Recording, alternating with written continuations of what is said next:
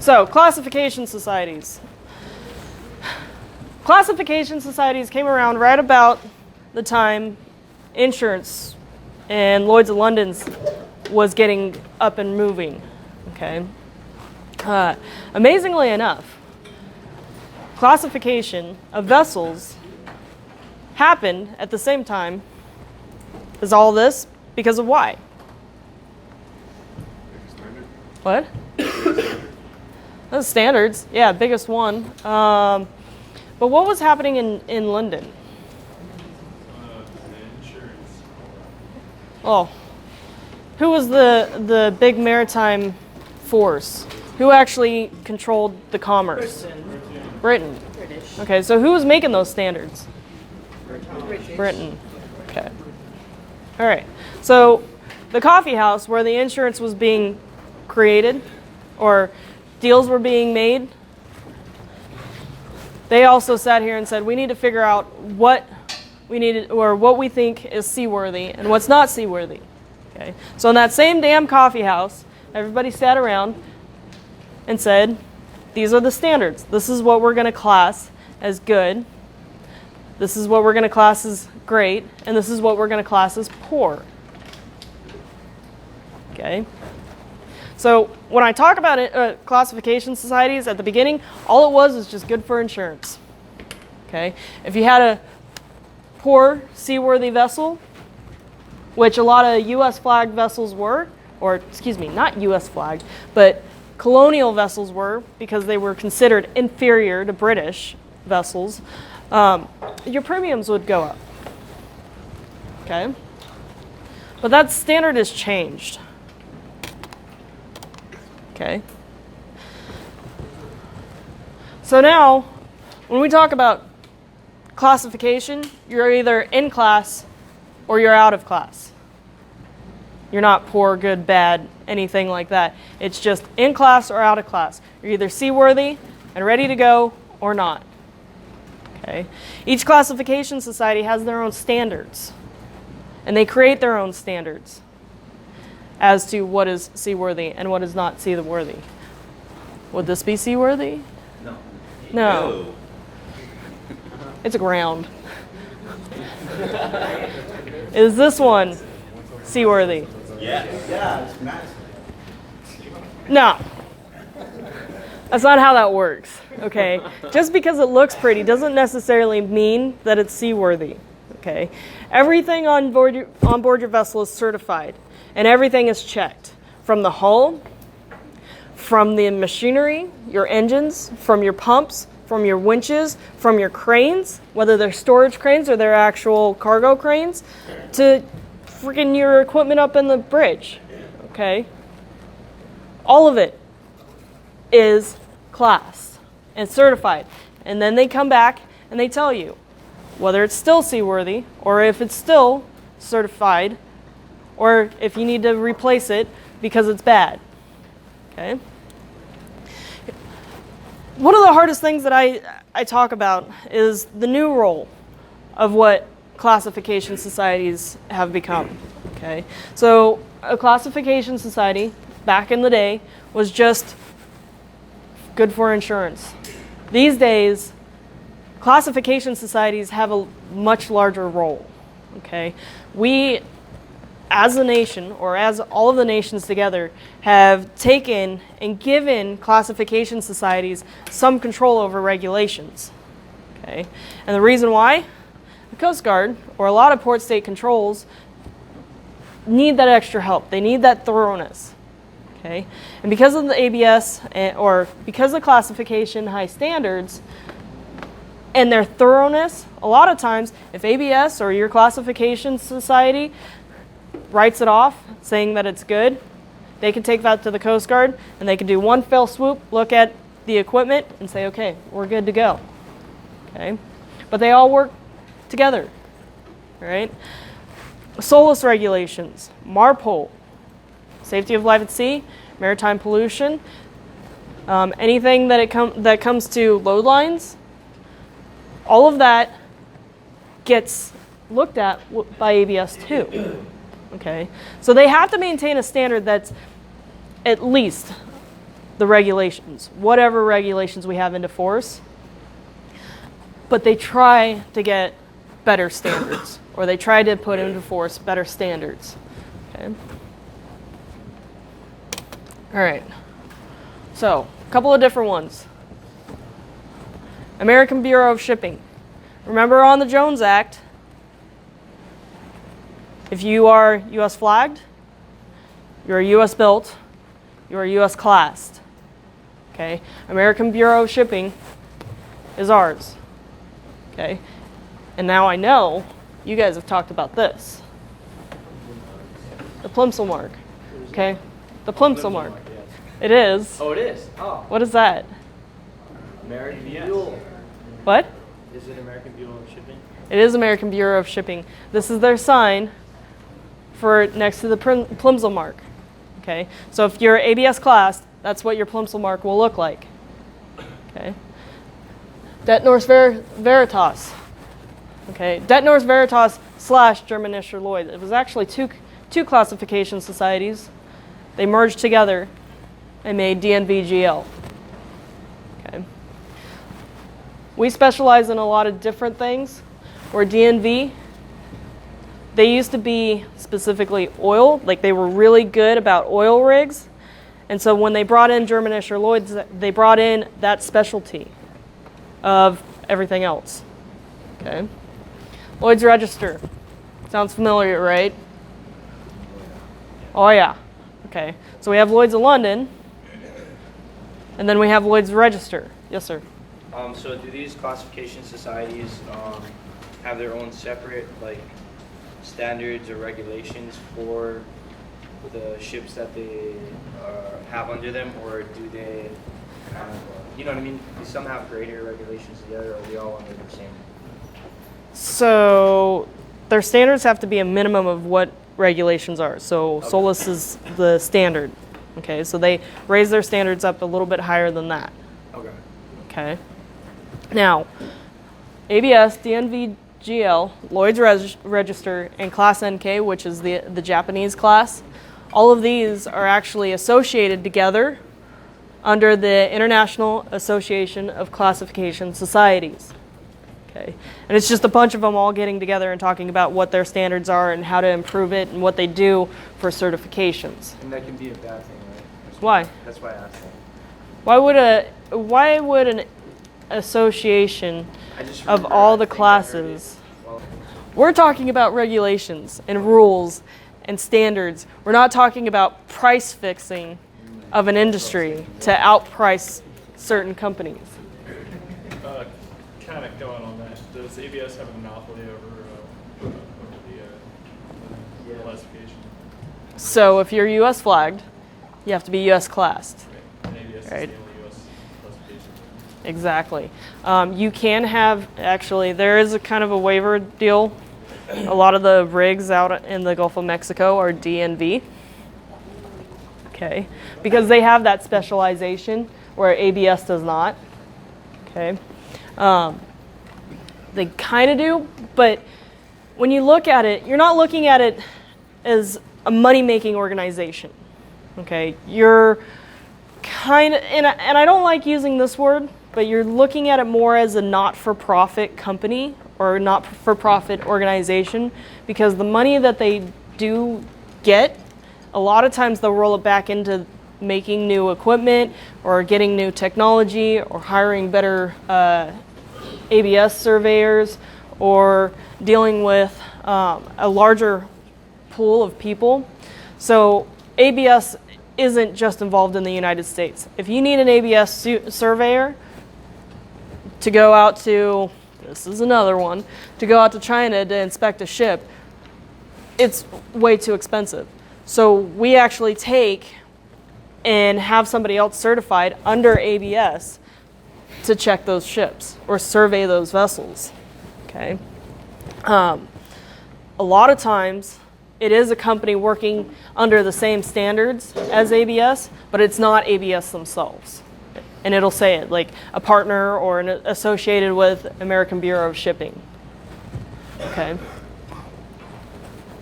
Assuming a ship is up to class and everything, will there always be a mark at the Plimsoll mark Yes.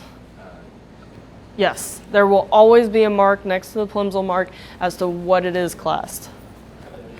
Lloyd's Register. Keep in mind, Lloyd's of London is the insurance marketplace.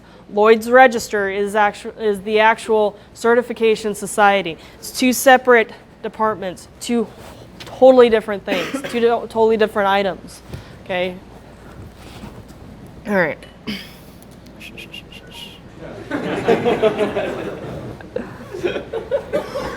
Okay, so top 10 classification societies. Okay, DNVGL. Okay, just in size, they have quite a bit of vessels. Okay, but their standards are very high, and that's one of the major reasons why they do get put up on the top of the list. Class NK. I've always talked about the Japanese being very thorough, very high standards, and they keep that way. Right? ABS. We may not have a whole lot of vessels, but we do keep a higher standard than most. Okay? It's exactly like I was talking to you about on the Plimsoll mark, on the load lines. Okay? For our load lines, we used to have a much more higher freeboard, so we had to have more buoyancy, just in case we got into a storm. At a certain point, we got pressured, or ABS got pressured, to raise those to the load line standards of the UN or IMO. Okay. Lloyd's Register right behind us, Bureau Veritas, China, Korea, RENA, India, and Russia. So here's the rest of them. Now, there's not just 10 classification societies. There are many, many different classification societies. Okay? These are just the big guys that keep the majority of the fleet. Now let me ask you this one. Why would a place or a country like North Korea with their own fleet not have their own classification society? Okay. So ABS. American Bureau of Shipping. If necessary, you can go onto the website. But they have a website, and they tell you all that they do, why they do it, how they do it. They even give you a list of the rules and guidance. They also give you manufacturers and equipment that is certified ABS. And now I know you're probably not going to be dealing with this on board the ship, because a lot of times you say, I need a new fire pump, and you just hand it over and the company does it. But the company has to go back and make sure that their fire pump is ABS certified. So they can go on the website, and they can look at the records, and they can find if they can get a replacement that is ABS certified, which, yes, they can. Okay. The other one, okay, all records and all registries have an open database. And they do this for insurance. Okay? Any insurance underwriter and any person who is getting on board a ship can look up the specifications of any ship within their registry. Unless it's sunk, then it's not in their registry anymore. Okay? Can we look at the golden bears on this? Yes, let's look at the Golden Bear. Well, I was just wondering.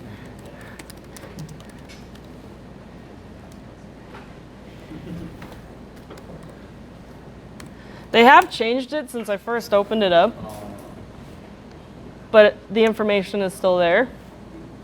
Okay. So here's all your information. By the way, the call sign is not NMRY anymore. It's Whiskey Delta Lima 2000. So that is a discrepancy that we're fixing right now. Okay. Flag name, port of registry, delivery date.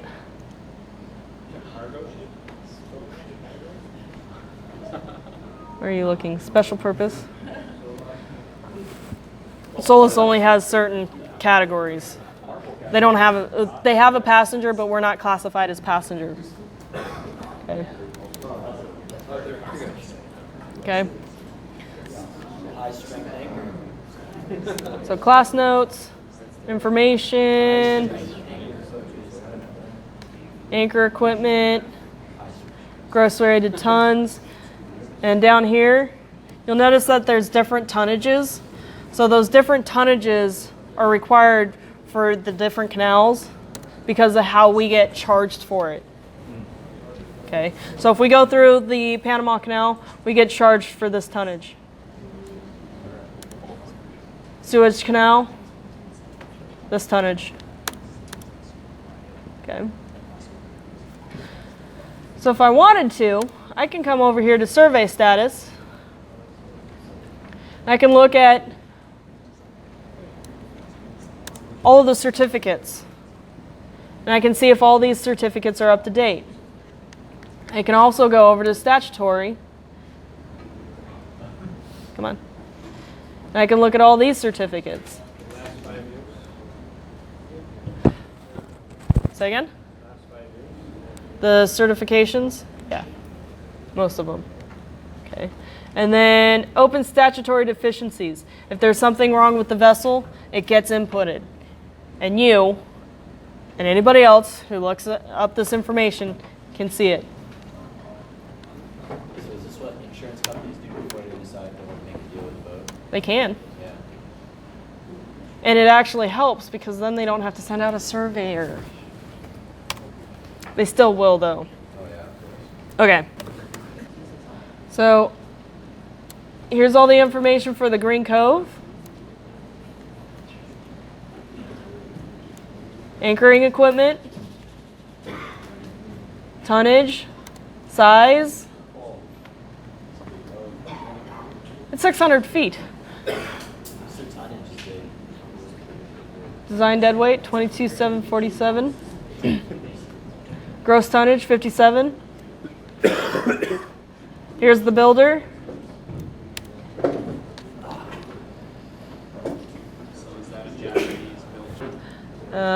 So no open class recommendations, and then same thing. I can look at all of these. No open statutory deficiencies. And there was open deficiencies on the cove before. Okay, but not anymore. It used to. I don't know where those went. They've changed the way that their website is set up since I started looking at it, and it's been within the last 2 years. Okay. So there.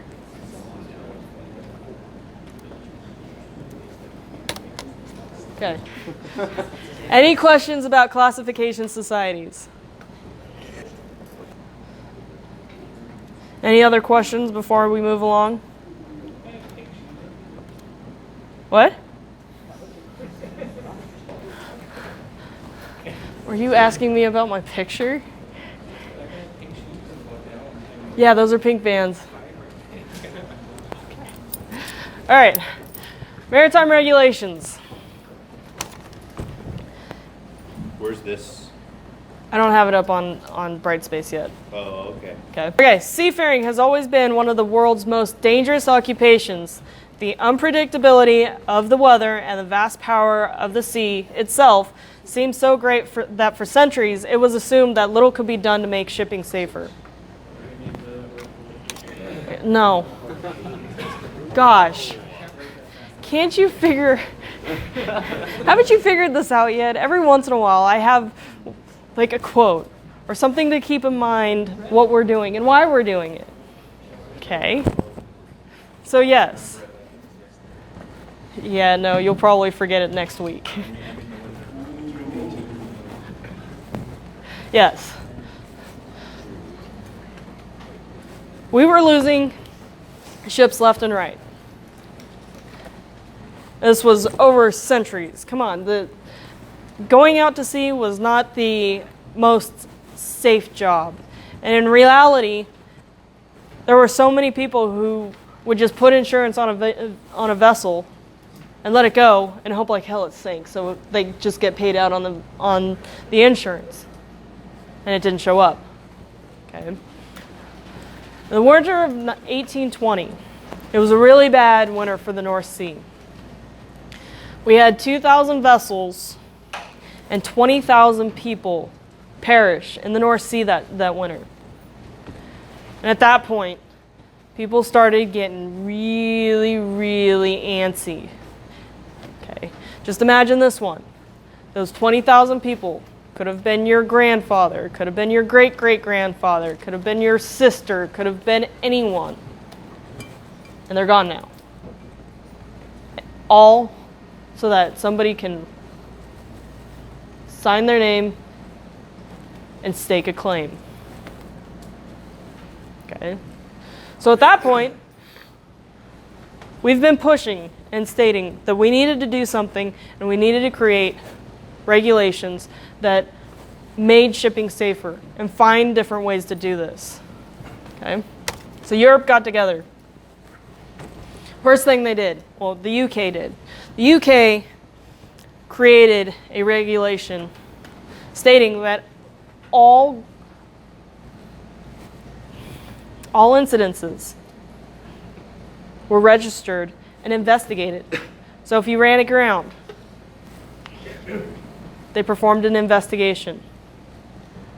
If you sank a vessel and somebody was alive, they investigated it. Okay. And so at that point, they can start looking at numbers and seeking out what actually happened so that they can help prevent the loss. Okay. Next one, coal regs.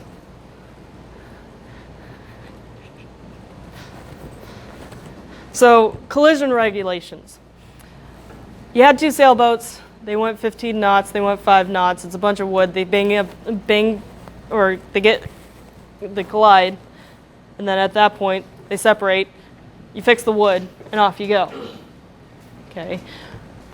When we started seeing steam, and we started seeing engines that had that much force to keep a larger vessel, going, we saw much more catastrophic incidences. Okay. And there was no standard as to how to conduct yourself when you were out to sea. Okay.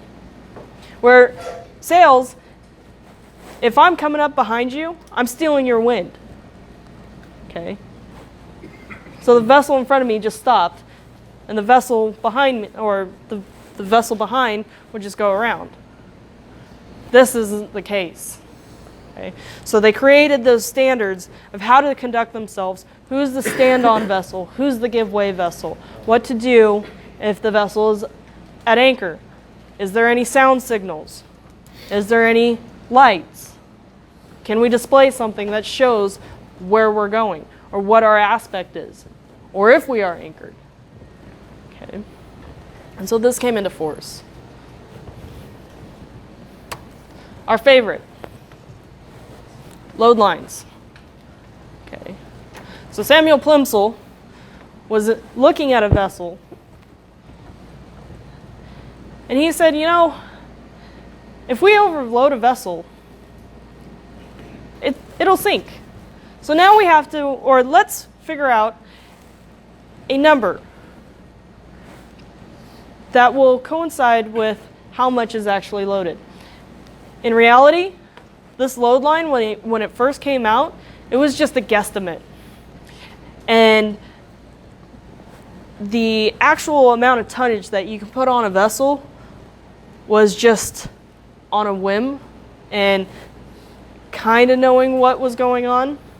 And it was pretty top secret up until the 1940s, 1950s of how much weight you could put into a vessel before it sank.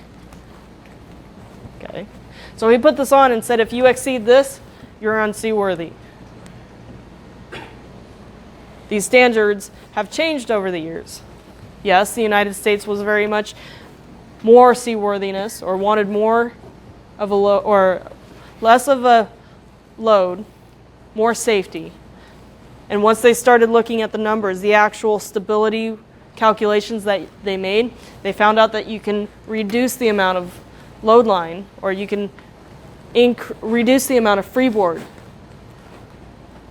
More cargo, more money. Okay. And what you're seeing, what is TF? Quiz, quiz. Tropical fresh. Tropical fresh. S. WNA. WNA. Winter North Atlantic. Winter North Atlantic. Okay.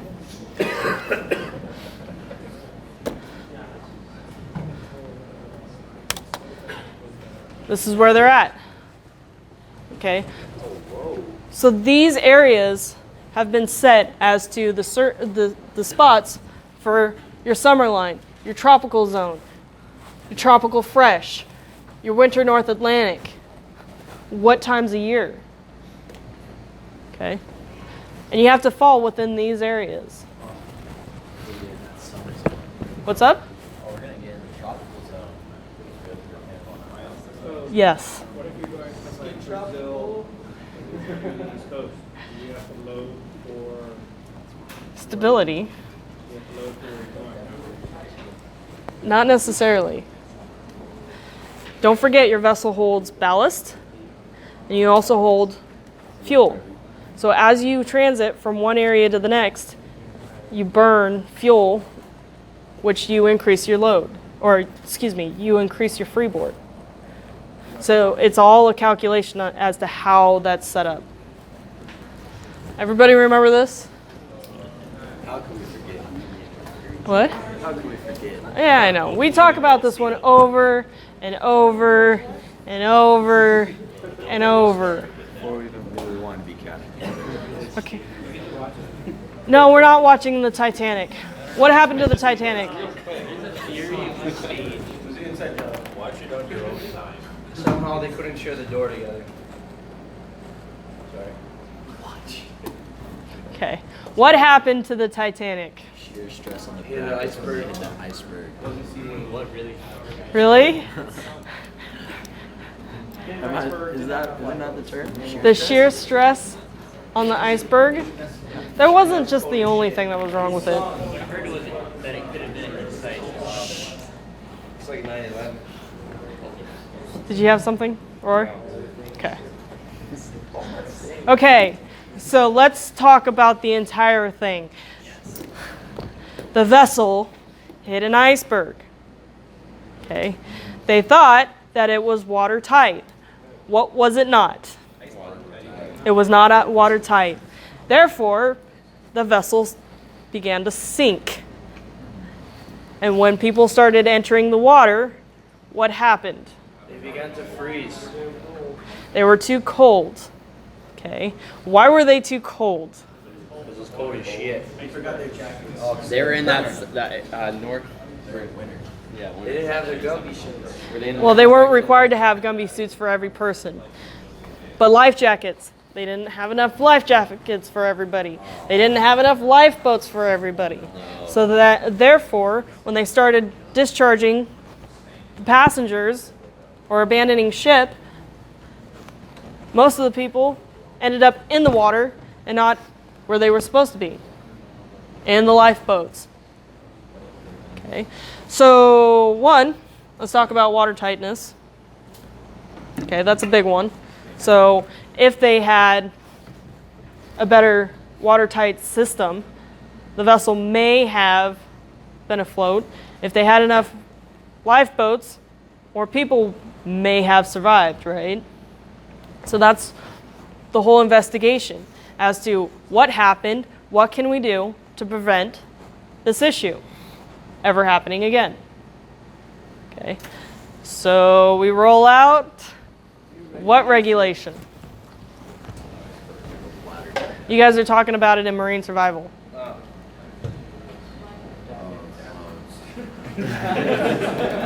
Come on.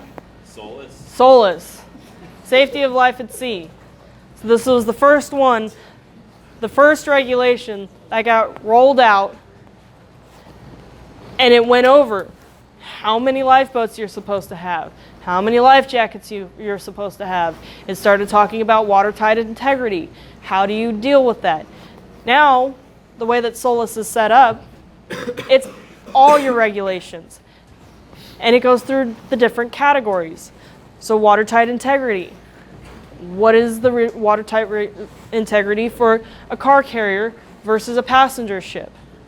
Okay.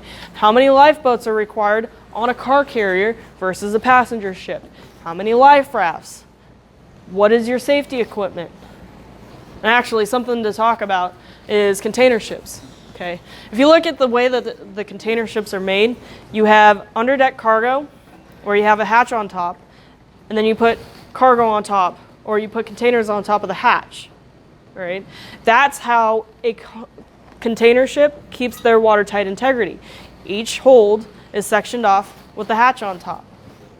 They did try to experiment with a hatchless container ship, and it passed through SOLAS and it passed through all the classification societies, but what they found was the pumps could not keep up with the amount of water that was getting pumped in, or that was entering into the cargo holds, and so they put hatch covers back on them.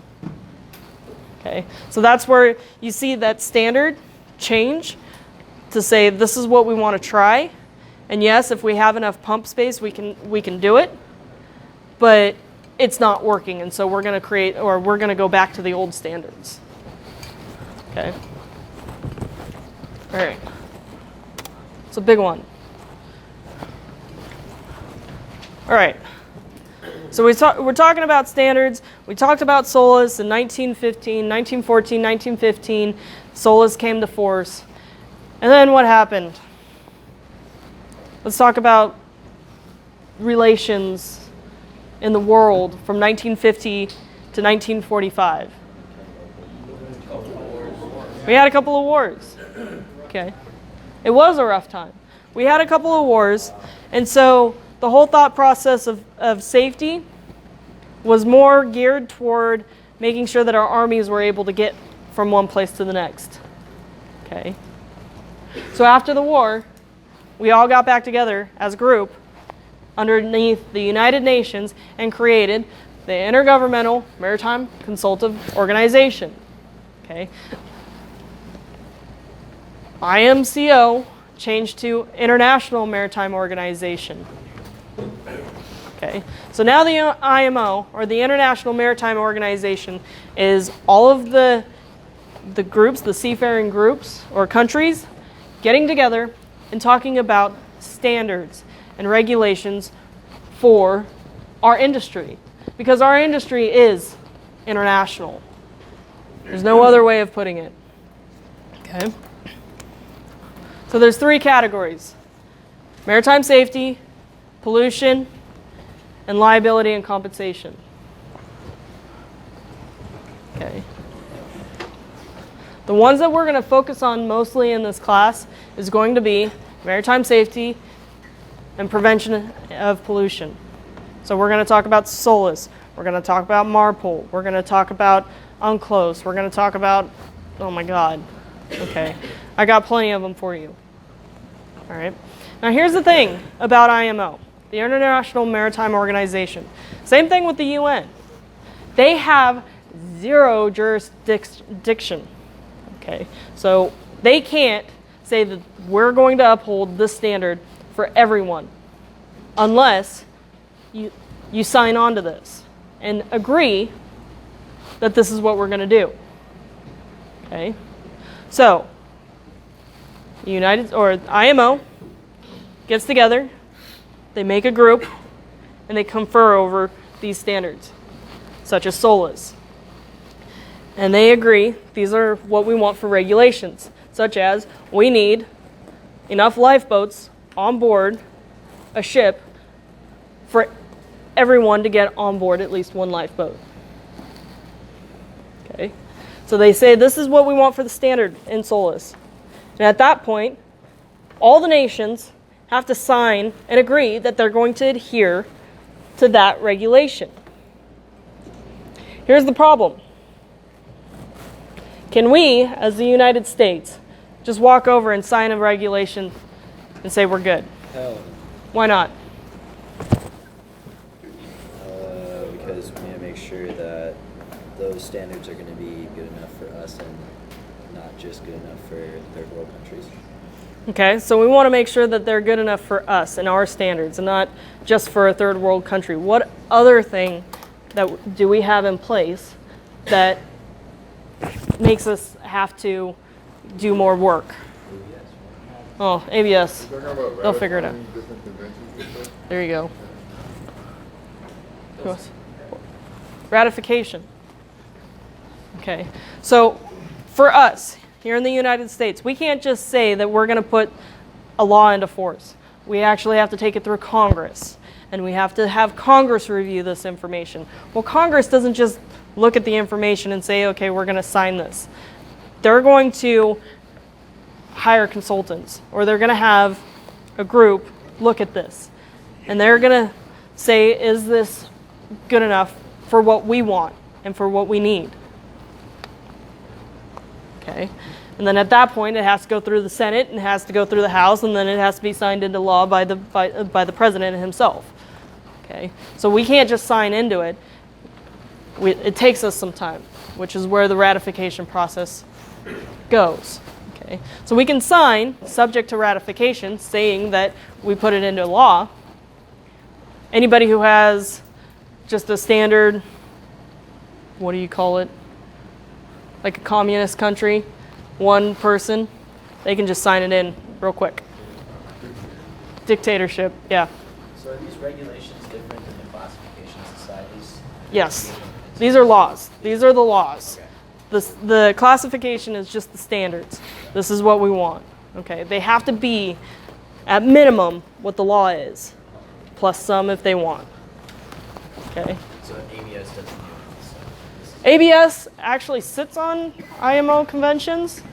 They give recommendations, but they don't actually sign in saying that we agree with this. Okay. All right, that's it for the day.